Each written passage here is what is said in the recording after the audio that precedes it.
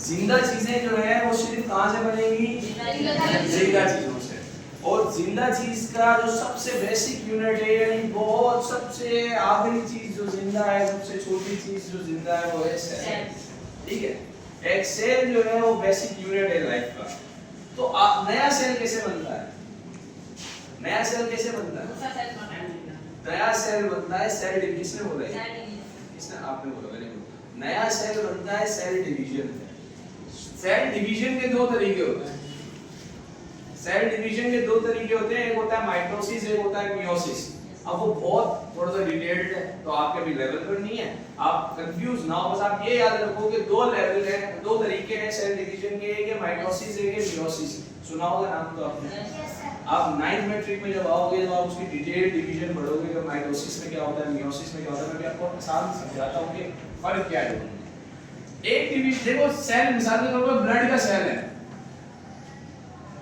Cell की shape जो है वो हमेशा राउंड हम ही बनाते हैं, ऐसे होती है, लेकिन सेल के न्यूक्लियस के अंदर एक चीज होती है जिसको कहते हैं डीएनए और आरएनए, है ना? सुना है? डीएनए आरएनए बाहर होता है। डीएनए जो होते हैं वो क्रोमोसोम्स के अंदर होते हैं। डीएनए क्रोमोसोम के अंदर जुड़ा हुआ होता है। क्रोमोसोम जो होते हैं वो हर जिंदा सेल के अंदर, हर स्पीशीज का एक काउंट होता है क्रोमोसोम का। ह्यूमन जो होता है उसके अंदर 23 पेयर होते हैं क्रोमोसोम के। कितने? 23 पेयर। पेयर यानी जोड़े। तो टोटल कितने हो गए? 46। एक के दो दो जोड़े, मतलब 23 पेयर है तो कितने हो गए? यानी आपका जब एक सेल टूटता है तो वो कॉपी करता है, पहले वो कॉपी बनाता है क्रोमोसोम्स की और फिर डिवाइड होता है। यानी अगर कोई एक सेल टूटेगा मिसाल के तौर पर, उसमें जो भी इंफॉर्मेशन है वो इंफॉर्मेशन जब वो सेल टूटेगा उससे पहले उसकी कॉपीज बनाएगा, क्रोमोसोम्स की कॉपीज बनाएगा। एज इट इज, एक कॉपी इधर आएगी और एक कॉपी इधर आएगी। वो सेल आहिस्ता आहिस्ता जब डिवाइड होकर दो हिस्सों में टूटेगा, शुरू में सेल का शेप कुछ ऐसा होगा, जब टूटेगा ना ऐसा कुछ होगा,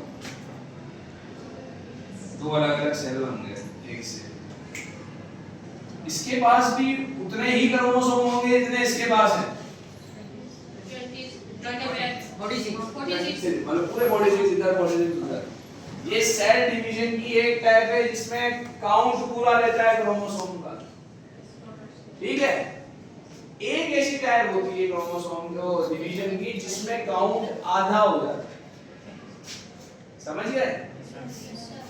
देखो, सेल डिवीजन का ये जो टाइप है, इससे तो एज इट इज वैसे सेल बनेंगे जैसा ओरिजिनल सेल था। मिसाल के तौर पर अमेबा की एग्जांपल लो। अमेबा यूनिसेलुलर है, आपको दिखाया नहीं है? हां, अमेबा की शेप कैसे होती है? अंडे ऐसे इररेगुलर शेप होती है। अमेबा जब डिवाइड होगा तो दो अमेबा बनेंगे। वो जो दो अमेबा बनेंगे वो एज इट इज अमेबा जैसे होंगे। कैसे होंगे? बिल्कुल अमेबा जैसे होंगे वो। क्यों? क्योंकि उनके जो क्रोमोसोम्स होंगे अंदर वो कॉपी बनेंगे, बराबर बराबर डिवाइड होंगे, तो जो दो नए बनेंगे वो भी बिल्कुल सेम होंगे। समझ गए? क्रोमोसोम का काउंट पूरा होने की वजह से एज इट इज डेटा आएगा, इसलिए दो जो कॉपीज बनेगी वो सेम होगा। जो आपने भी सवाल पूछा है ना स्पर्म्स का और एग का, उसमें एक चेंज होता है। क्या? स्पर्म्स और एग यानी